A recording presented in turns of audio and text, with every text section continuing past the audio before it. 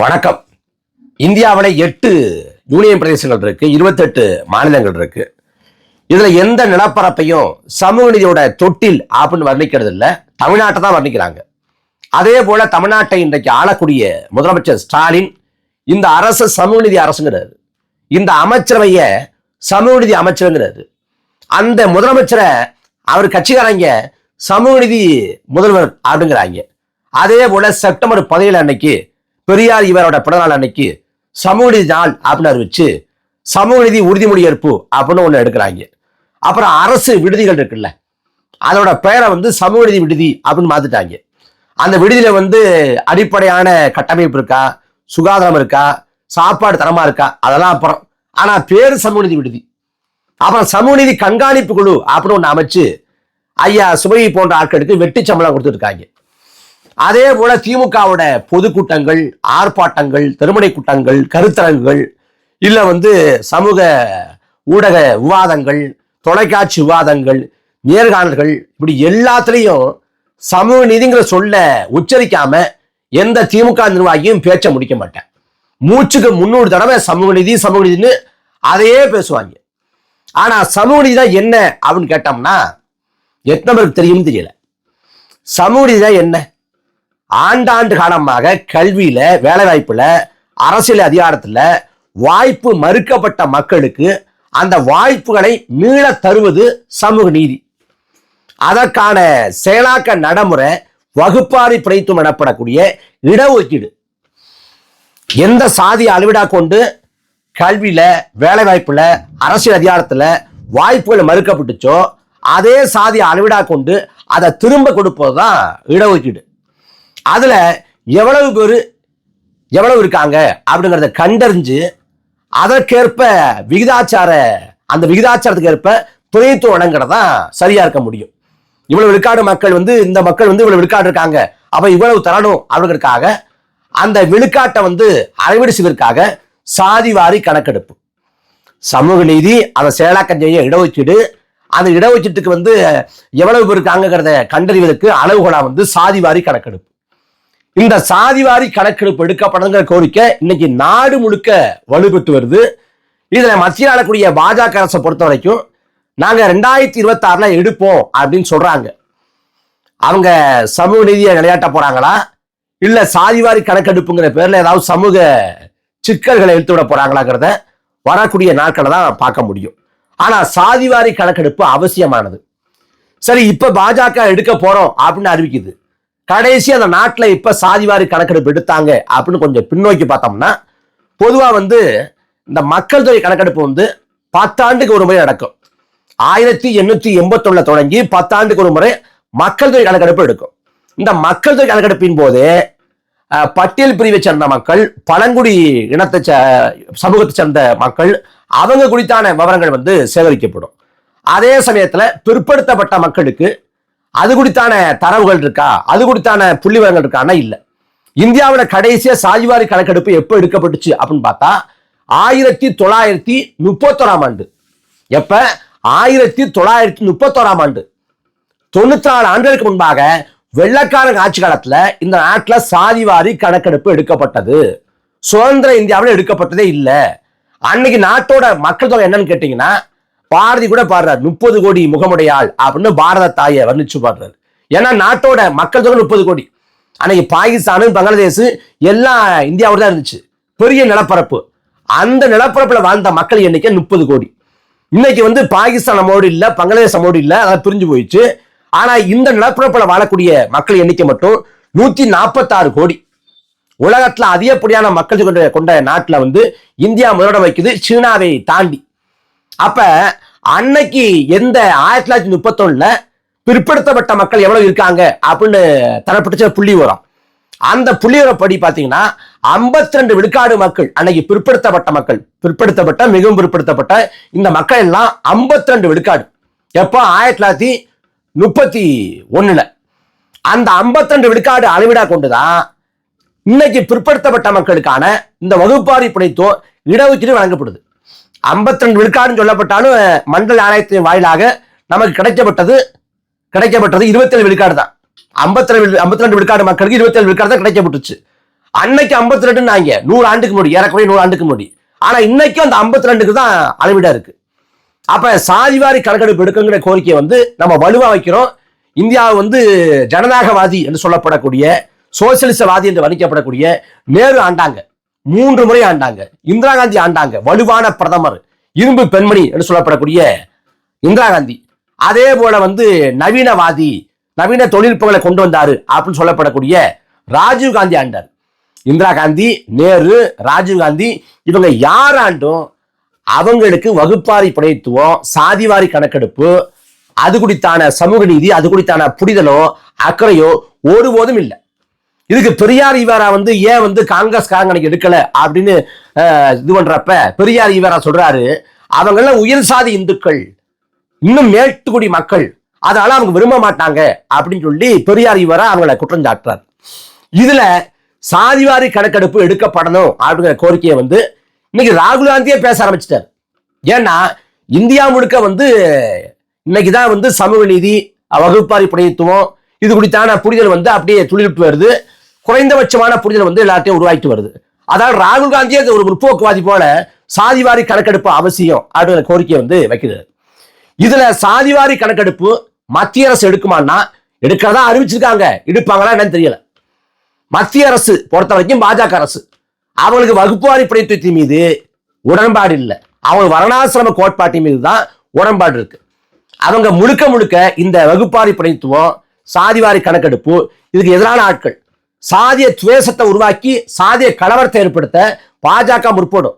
ஆனா சாதிவாரி கணக்கெடுப்பு நடத்தி ஒடுக்கப்பட்ட, மிகவும் ஒடுக்கப்பட்ட பிற்படுத்தப்பட்ட, மிகவும் பிற்படுத்தப்பட்ட இந்த மக்களுக்கான வாய்ப்பை ஒரு நாளும் நல்காது, வழங்காது. அப்ப பாஜக ஏமாத்துறத புரிஞ்சுக்க முடியும். ஆனா இங்க திமுக என்ன பண்ணுது, இல்லைங்க சாதிவாரி கணக்கெடுப்பை வந்து மத்திய அரசு தான் செய்யணும், எங்கிட்ட அதிகாரம் இல்லை அப்படின்னு திமுக வந்து கையை விரிக்குது. ஆனா ராஜஸ்தான் மாநில தேர்தலின் போது ராஜஸ்தான்ல ராகுல் காந்தி பேசுறார். ராகுல் காந்தி பேசுறப்ப, நாங்க மறுபடியும் ராஜஸ்தான்ல ஆட்சி அமைச்சோம்னா நாங்க சாதிவாரி கணக்கெடுப்பு எடுப்போங்கிறார். யாரு? இதே இந்தியா கூட்டணி சேர்ந்த ராகுல் காந்தி. அப்ப ராஜஸ்தான்ல எடுக்க முடியும் அப்படின்னா, ராஜஸ்தான்ல மாநில கட்சிக்கு ஒரு மாநிலத்துல வந்து என்ன அதிகாரம் இருக்கோ அதே அதிகாரம் தானே தமிழ்நாட்டுக்கும். தமிழ்நாட்டை எடுக்க முடியாதா? நீங்க இன்னும் சொல்ல போனா தென்னக மாநிலங்களை எடுத்துக்கங்க. கர்நாடகாவில் 2015ஆம் ஆண்டு சாதிவாரி கணக்கெடுப்பு எடுக்க தொடங்கிட்டாங்க. அப்ப எடுக்க தொடங்கி எடுத்தாங்க. அதே போல தெலுங்கானாவில் அதற்கான முயற்சி போயிட்டு இருக்கு, ஆந்திராவில் போகுது, பீகார்ல எடுத்து முடிச்சுட்டாங்க. தமிழ்நாட்டோட மக்கள் தொகை விட பீகாரின் மக்கள் தொகை அதிகம், 13 கோடி பேர். அங்க சாதிவாரி கணக்கெடுப்பு எடுத்துட்டாங்க. அங்க என்ன பண்ண தவறு என்னன்னா, இந்த நாடு முழுமைக்கும் மாநில இடஒதுக்கீட்டை பொறுத்த வரைக்கும் உச்ச வரம்புனா 50 விழுக்காடு தான். 100 விழுக்காட்டுல 50 விழுக்காடு அளவு தான் இடஒதுக்கீடு வழங்க முடியும் ஒரு மாநில அரசால. ஆனா தமிழ்நாடு 69 விழுக்காடு வாங்கி நாம் அதை பாதுகாத்து வச்சிருக்கோம், 69 விழுக்காடு. அப்ப உச்ச வரம்பே 50 விழுக்காடு தான் விதிவிலக்கு தமிழ்நாடு. ஆனா அங்க என்ன பண்ணிட்டாங்க, அந்த உச்ச வரம்பை தாண்ட விதத்துல இடஒதுக்கீட்டை வந்து நிதிஷ்குமார் வழங்கிட்டார். அந்த உச்சவரம்பை தாண்டதாலதான் பீகார்ல வந்து சாதிவாரி கணக்கெடுப்பு எடுத்து அந்த தரவுகளை கொண்டு, புள்ளிவிவரங்களை கொண்டு கொடுக்கப்பட்ட அந்த இது வந்து ஒட்டுமொத்தமா ரத்தாச்சு. ஒருவேளை 50 விழுக்காட்டுக்கு உட்பட்டு அவங்க அந்த சாதிவாரி கணக்கெடுப்பு தரவுகளை கொண்டு அந்த திட்டங்களை செயலாக்க முடியிருந்தா நீதிமன்றம் ஒருபோதும் அதை ரத்து செஞ்சிருக்காது. அப்ப பீகார் உதாரணமா இருக்குது, ராஜஸ்தான் அதற்கான முழக்கம் வைக்கப்பட்டிருக்கு, கர்நாடகாவில் பேசப்பட்டிருக்குது, ஆந்திராவில் பேசப்படுது, தெலுங்கானாவில் பேசப்படுது. தமிழ்நாட்டில் மட்டும் ஏன் தமிழ்நாடு அரசு முயற்சி பண்ண மாட்டேங்குது? எதுக்கெடுத்தாலும் சமூக நீதி என்று பேசக்கூடிய திமுக அரசு சாதிவாரி கணக்கெடுப்பை ஏன் எடுக்க மறுக்கிறது? அதை எடுப்பதற்கான அதிகாரம் இருக்குங்கிறத ஏன் ஒத்துக்க மறுக்குது? திரும்ப திரும்ப பச்சை போய் சொல்றாங்க, மாநில அரசுக்கு அதிகாரம் இல்லை, மாநில அரசுக்கு அதிகாரம் இல்லைன்ட்டு.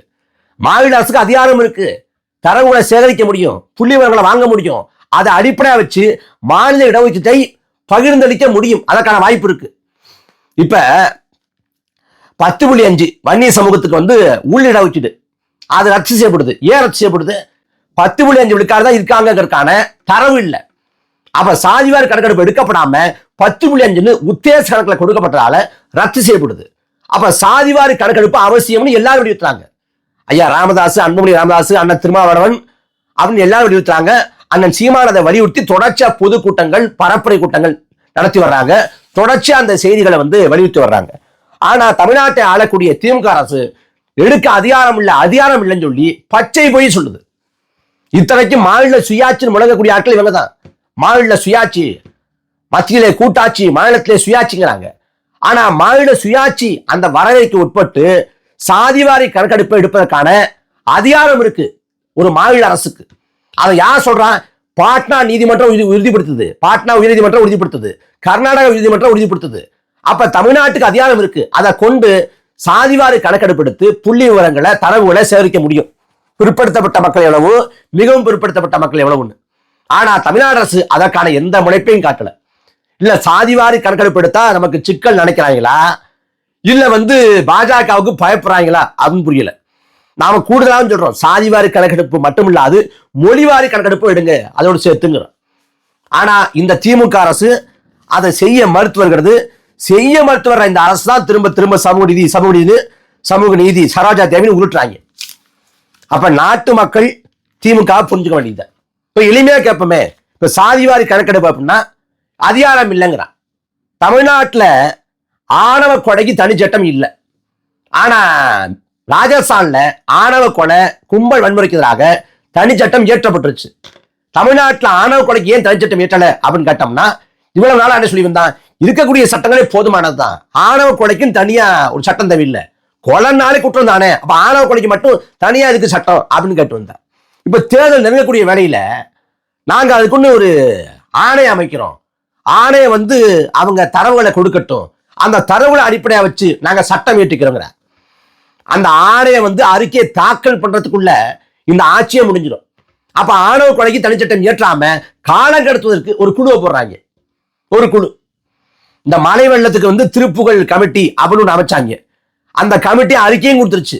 அறிக்கை கொடுத்து 3-4 ஆண்டு இருக்குன்னு நினைக்கிறேன். அந்த 3-4 ஆண்டாகியும் அந்த திருப்புகழ் கமிட்டி அறிக்கையில என்ன சொல்லப்பட்டிருக்குங்கிறத வெளில சொல்லல.